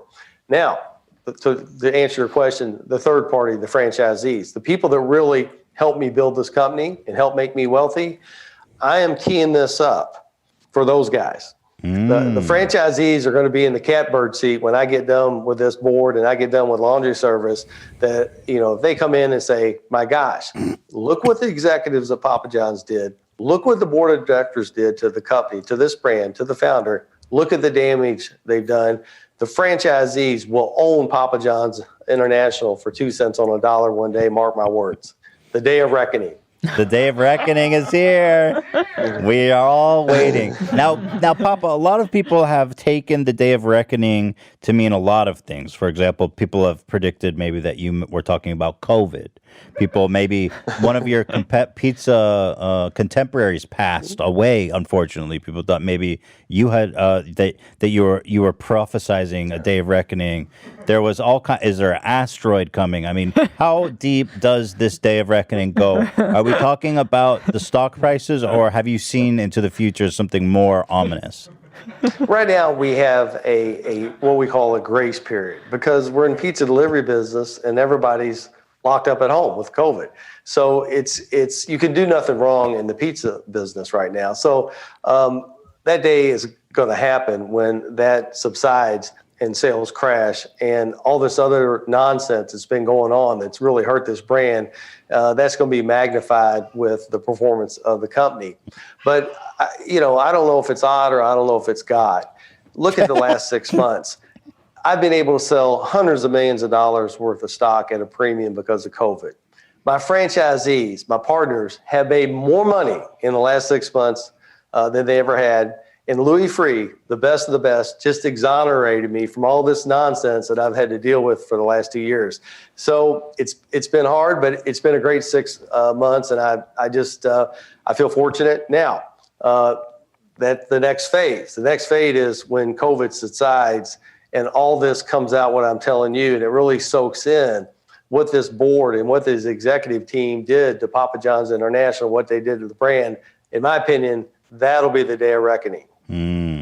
We all wait with bated breath. You know, yeah, I'm looking at the stock price, and the stock price is doing quite well. I mean, at your peak as the leader of Papa John, it's basically at where it was in Papa John prime time. But you're saying, I mean, how can you go wrong during COVID? Like, how can you fail as a pizza company right now? Right. Well, it's even worse than that. Right now, Papa John's makes half the pre-tax profit and trades at the same price. Now, you don't think that's a shell game. You know, you don't think there's some shenanigans going on there. I'll give you two examples. The CEO of Papa John's comes out and says, we have 8 million new customers, yet the customers coming in the stores are less now than they were 3 years ago. Mm-hmm. See, it's a shell game. We have 8 million new customers. Well, but you got less customers coming in. So you see that? We're going to open 50 stores. Why can't it just be customers who are ordering online? Mm-hmm. Well, that as a percent has gone up a little bit. But let's say 3 years ago you had 1,000 customers. Today you have probably 960 customers. So even so it's a shell game. They say we have 8 million new customers, but they have a lot less people coming in the door. So they actually have less customers. Now, I don't understand your logic, Papa. Say what? I don't understand your logic, Papa, because it's COVID, people aren't going inside; they're ordering online. Well, they're ordering online as a percent, about 70% of the business. You know, that hasn't changed. We don't have any in seating table dining, Ethan. It's all delivery or carryout. Mm-hmm. So maybe that pre-COVID was, say, 65-35, and maybe it's 70-30 online versus telephone or carryout. But that hasn't changed. But the amount of customers ordering has gone down the last 3 years. So in order to make the sales look better, they jack up the price. Oh. So the point is that Wall Street doesn't have the intelligence to go, what's your traffic counts? In other words, the guy says we have 8 million new customers, and the next question is, how much is your traffic up? How many more customers you have coming through the door? And the answer to that would be, well, it's negative. See, it's a bad number. It sounds to me like the day of reckoning is coming. Arithmetic's not an opinion. If Papa John, so they're just giving out fake numbers. Fake numbers, that's a little strong. I think misleading numbers. I think the real health of the business, the product quality, has slipped. The service has slipped. The standards have slipped. I've stopped ordering Papa John's. I'll be straight up with you. I'll be straight up with you. I don't buy Papa John's pizza anymore. Well, I don't know how that makes you feel, Papa, to be honest, because that's your baby, but it used to be my life. Papa John's Pizza used to be my life, and now it's not there for me. I don't know how that makes you feel. Makes me feel terrible, and I think it's just the obvious that the product quality has gone down. And have you been ordering Papa John pizzas? Are you still on that? I've ordered 600 pizzas. Let's go. In the last 90 days. Are you serious? I know exactly what they're selling. So to your point, Ethan, you have one or two, surveys. That doesn't make a Papa, I'm captivated by what you just said. Yeah, me too. So tell me, what's your ordering strategy? You live in this area. You live in Kentucky, right? No.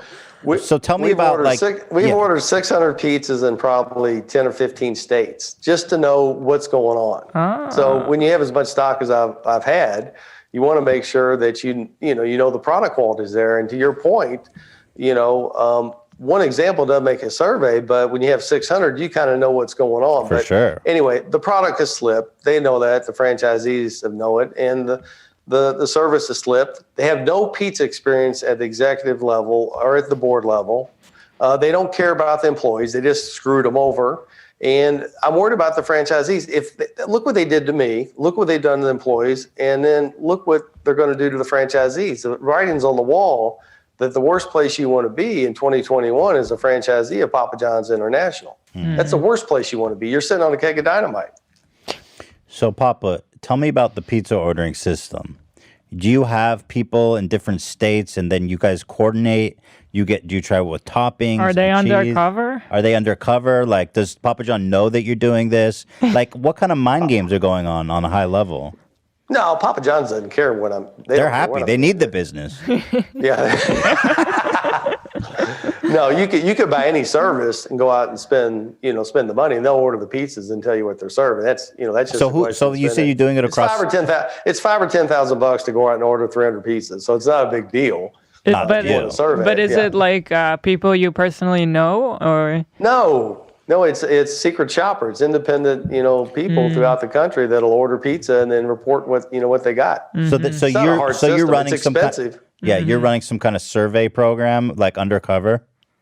No, I'm not running. I want to know. I'm interested.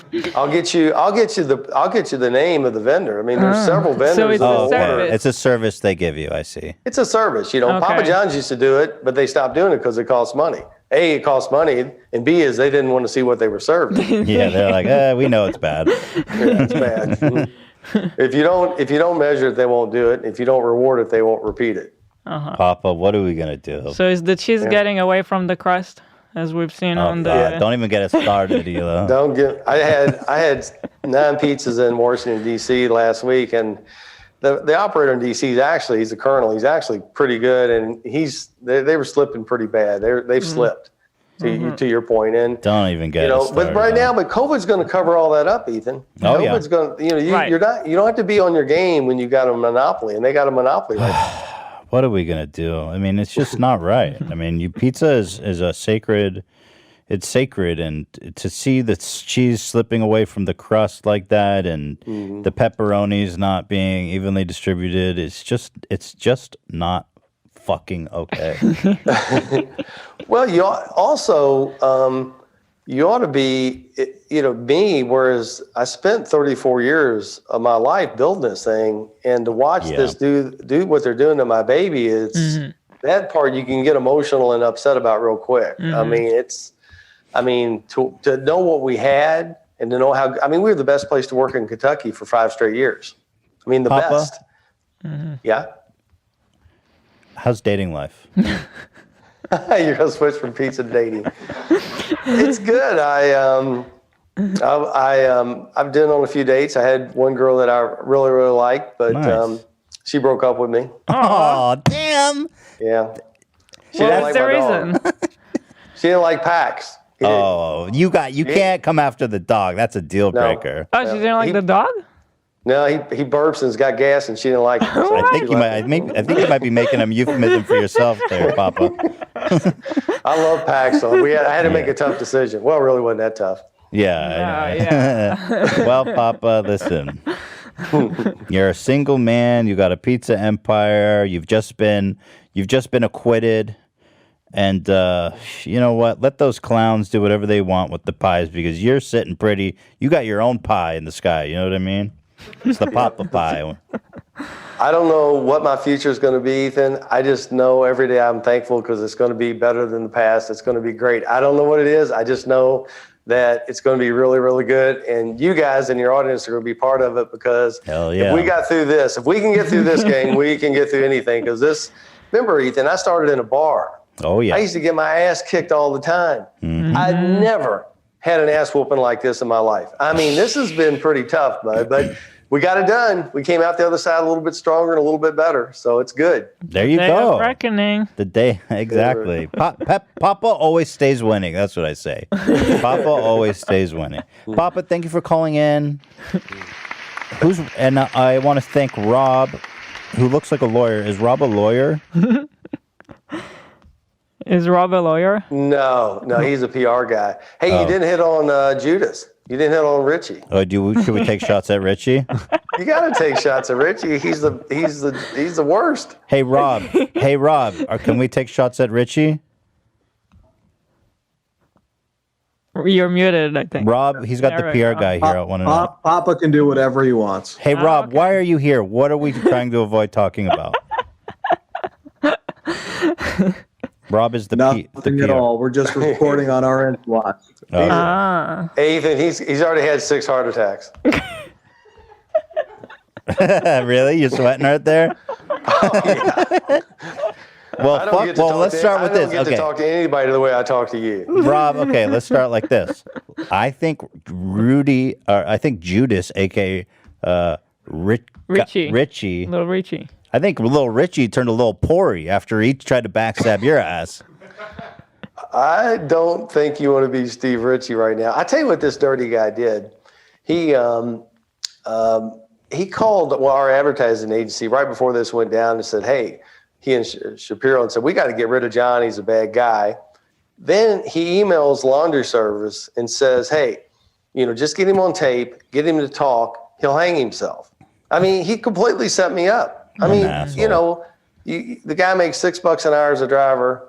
Last year he made $6 million, and he pulls a stunt like that. I mean, I've never seen anything like that. Did you? I think that there's a movie here to be made. This is E2. Godfather. I mean, this is the E2. The Godpapa. What was it? Look at this. To your point, look at this. You ever talk to him? A guy that Did you ever talk to him, Papa? Say what? Did you ever talk with him yet? No. But you're right. Would you ever meet with him? Yeah. You would? Oh, of course. You have some things. It looks like you have some things to say to him. Papa, let's role play. Let's role play. I'm him. What would you say to me? Listen, Steve, all the franchisees hate your guts. They all know you screwed me over. In the process, you screwed us over.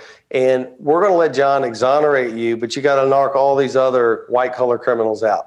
We're narking. I like it. I love this movie. I want to watch it. So are we putting? So now how I see is we're gonna put Richie. We're gonna put a piece on Richie and send him in to get the the wire. Send him in with the wire, the Papa wire, the pizza wire. Well, Richie and Shapiro set up the other board members. They're the ones. Richie and Shapiro set up the taping. They set up the setup and took it down. And the other board members, they were a bunch of suckers. They went along with it. They panicked and went along with it. And Shapiro and Richie have left these board members hanging in the bag. But look at this. Look at this. You have a guy that builds a 5,000 store chain out of a broom closet in a public board of directors, sets him up, paints him as a racist, and tries to take him down to where he can't even get up the rest of his life. I mean, that's beyond jealousy, envy, hatred. That's biblical, just evil. Papa. It's evil. And I tell you, the franchisees deserve better. Papa, how long ago was it you've been divorced now? How is your life adjusting now to, just how has that been? I know divorce is just really tough, and I'm just curious, how's it been for you? Well, it was, a great 27 years. Yeah. She's a great woman. It'll be in 2 days and 10 hours and 3 minutes. It'll be a year since I've been divorced. You're counting down the days, Papa, of Jesus. Yeah, you're counting every second. Well, is it odd to be single after all this time? It's got to be a weird feeling, eh? And quite an eligible single man too, I might say. Odd's the wrong word. I think it's in everybody's best interest. I think she's a lot happier, and I think I'm a lot happier, and I know what's best for her, and I love her, and I want what's best for her. And there's no doubt in my mind that she's happier and that this is good for her. That's nice. I mean, she's beautiful. She's fit.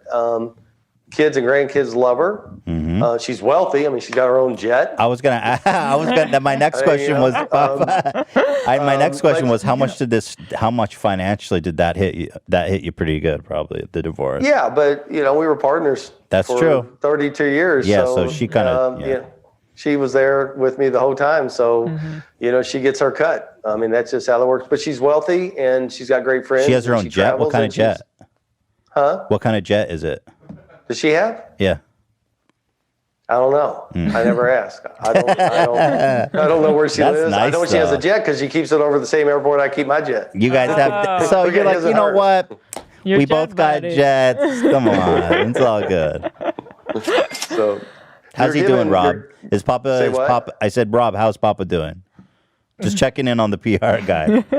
Divorce is tough, Rob, and I you just want to gotta check in unmute. on Rob. Rob, how we doing? Papa's doing great. Thank you. Thank you. That's code for he's nervous, Ethan. Are you guys in the same room, or is he on Zoom? Like how are you guys? You just looked at him, didn't you, Papa? He's in New York. Oh, okay.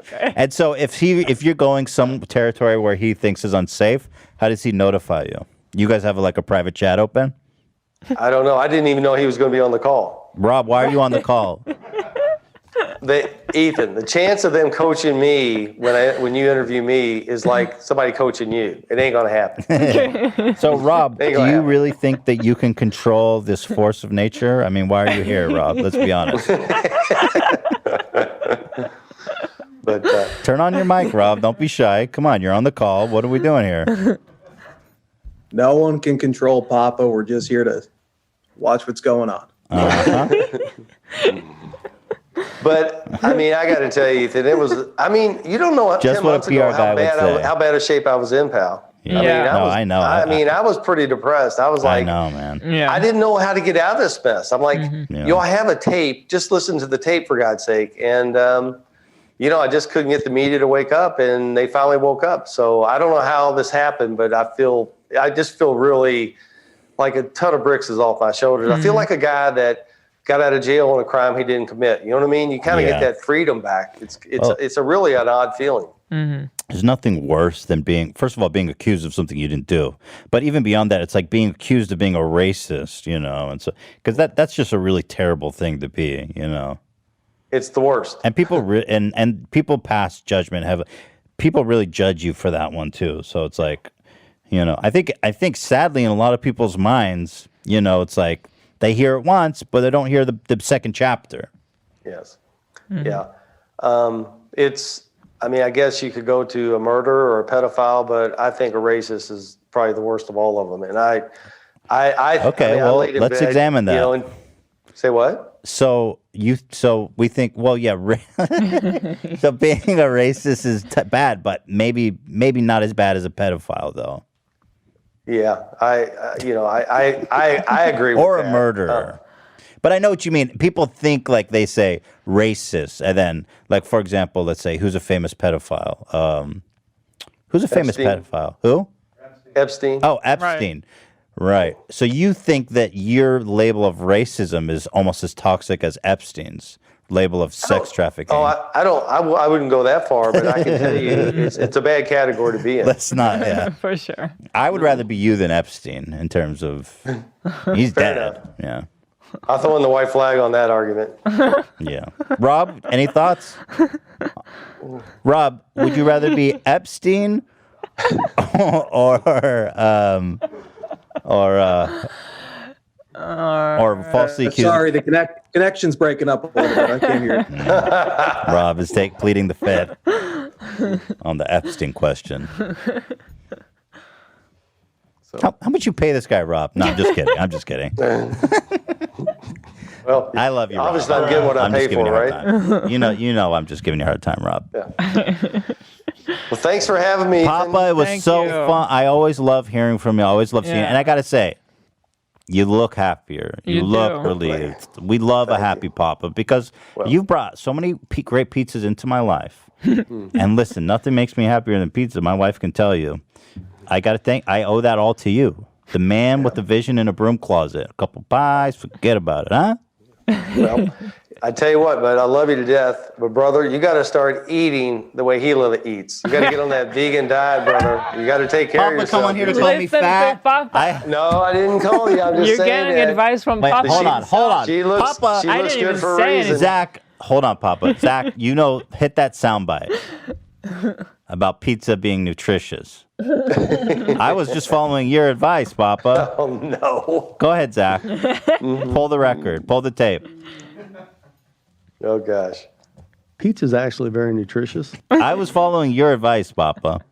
Yeah. But notice the tone of voice. Notice I was kind of in my shell. I'm not sure I was trustworthy in that interview. Okay, so... hey, all sincerity, that complaint, that amended complaint is going to get unsealed here. It comes in. It's pretty juicy. What comes You out. tell what me these when guys that's said. You know, it was a hot mic, and these guys put their foot in their mouth. They indicted themselves. It's pretty funny. So I'll send that to you when I get it. But happy holidays to you. Happy holidays. So can we get back to the? Say what? I just wanted to hear if you had any concrete advice for Ethan on his diet. Oh, come on. He's a pizza Wild man. Health. Wild Health. There's a company that I'm involved with. Wild Health. Remember this. You can remember this name, Ethan. This Wild Health. Matt Dawson and his team. Papa John's promoting now. Yeah, Wild Health. I don't own enough of it to want a shotgun, but anyway, it's they'll get you where you want to be. Matt Dawson at Wild Health in Lexington, Kentucky. What made you rich, Papa? What made you rich? Pizza. Okay. I'm just saying. But you. I don't know what it means. I don't know what it means. It doesn't mean anything. But yeah, they'll. Pizza's actually very nutritious. Oh gosh. Yeah, if you just eat one slice or two, that's what I said. You cut me off. It's all about moderation. This guy is a billionaire, and he's saying, "Oh, eat 1 or 2 slices." You don't get become a billionaire by selling 1 or 2 slices of pizza. Come on. You got me. People like me, people that look like me, Papa, is why you're sitting in that Papa Pizza mansion with the fire behind you. Yeah. All right. Guys half your size of why I have a jet. Guys your size of why my ex-wife has a jet. Holy shit. All right, brother. Fair enough. Really, take care of yourself. Happy holidays. He'll get him in shape now. Come on. Oh, that's hilarious. All right, Papa. Thanks, Papa. Thank you. Papa, take care. Have a great Christmas. All right. I hope you're getting some weird ass. Okay, at least. Why? Rob, are you still here? You want to say anything, Rob? Rob bounced out fast. We love Papa. Man, that was fucking funny. I have to say, the guy came in here and called me fat, but I can't even hate because that was hilarious. He has a good point. I love fucking with the PR people when they show up. It's like, come on. Well, love Papa. That was a great call and a great personality test. This was a really fun episode. Yeah, this was just a fun, high level. I feel like this was a high level episode. Right? I mean, there was a lot. I mean, who gets calls in from Papa John? Tests administered by real doctors. Doctors? Doctors. That turns me on. You know what I mean? Like, that was pretty awesome. Papa was, apparently we found out he's been slamming, which is good. I bet you Papa fucks, like, he probably goes crazy in the sack. He's pretty fit. You know what I mean? I bet you Papa fucks like a monster. It's pretty dope. Would you like to get railed by Papa Zach? Let me finish. Let me finish. What, can you repeat that? Would you like to get railed by Papa? No, I don't want to get railed by Papa. You wouldn't do it for the show? No. You said anything for the show, dude. Come on. Anything for the show. I am not anything for the show. I'm not a homosexual. Oh. Well, that doesn't make you homosexual. It just means you can get railed by Papa for the show.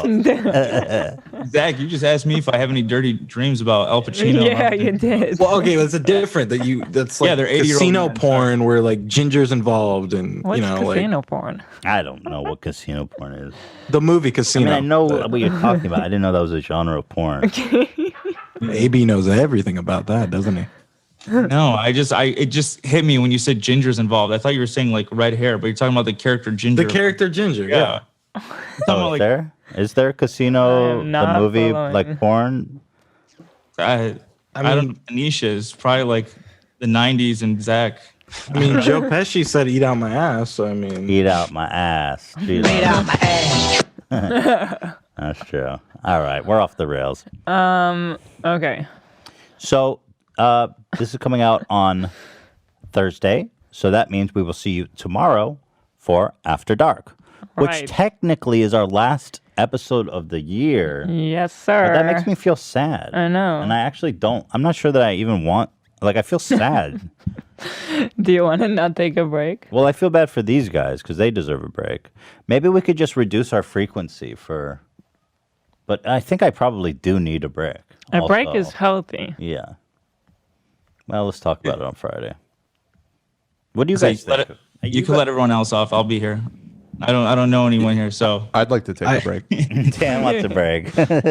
I dread the holidays, so I'm down to do shows. I think Dan needs a break. Dan needs a break. Yeah. Dan definitely does. Ian? Yeah, I'll take a break. Okay. What are you gonna do? 2? You don't even exist. I'm gonna meditate. Well, hopefully we'll all have PS5s by then, but I doubt it. Maybe. Annoying. Maybe. I want to hold my breath. Because I'm wondering if we could do something, like do some live streams or something, just to have a fun time, having some laughs, I would absolutely love that. I think we should just take It's a 2-week break. Yeah, It's a 2-week break. I think we should just take a break. It's not like we're going away forever. I just dread the holidays so fucking much. Why? It's not. It's so depressing to me. You hate your family that much? No. It's not a family thing. It's just like, why depressing? It's just like most happiest time of the year. It's like, really? Real happy. So you're upset that you're not jubilant during the holidays, and that depresses you? Yeah, and it's like, you just sit around a Christmas tree. And, what the fuck is wrong? What happened to you? Are we Joker braining? Yeah, here? I don't know if this is Joker brain or if you got like molested under a Christmas tree. No, it's just, you can ask these guys. I'll go over I asked them, can I come over and cry in front of your Christmas tree? Okay, Joker brain. AB can attest to that. Yeah. I don't have a tree, or else you could come. Ian has a tree. Oh. All right. Ian, how do you decorate your tree? Very Macy's chic. Oh, Keep it subtle. We keep it chill. Macy's chic Like, is like, that means to me like, Any boutique little cute stuff on the tree, or just like balls and A lot of balls. I love a lot of balls. Mm-hmm. Balls everywhere. We can't put a lot on the tree because our cat knocks it all off. Yeah, we have a tree in our living room, and we had these glass ornaments, and Theodore was grabbing them and smashing them on the floor. So we didn't remove them, we just moved them up. Mm-hmm. So the top half of the tree is very decorated, and the bottom half is very bare. it's Star David's, because Ethan was saying we should be boat. Well, I want him to know. More of a Hanukkah bush. Yeah, I want him to know. It's a Hanukkah tree. I want him to know. But I got him a tractor and airplanes too. Yeah, on he the tree. loves those. Pretty sick. All right, listen. This conversation is over. dead air. So we'll see you on Friday. We're gonna have another great show planned for you, like they all are. This is the H3 podcast. It's the only show in the world like it. Number 18 in the world or something. I don't know. 22. Nah, it's a bit higher than that. No, it was 22. I'm telling you, it's moved up instead. Since that was like last week. Yeah, and we moved up. It wasn't last week. What's happened? Just today's episode moved us up. We're number 18 now. I just said it, and it's true. All right, we'll see you guys on Friday. So, hope you have a great time. Hey, Dan, that's not bad, huh? All right, guys, we'll see you then. Thanks. Ta-ta. Ta-ta. Ta-ta.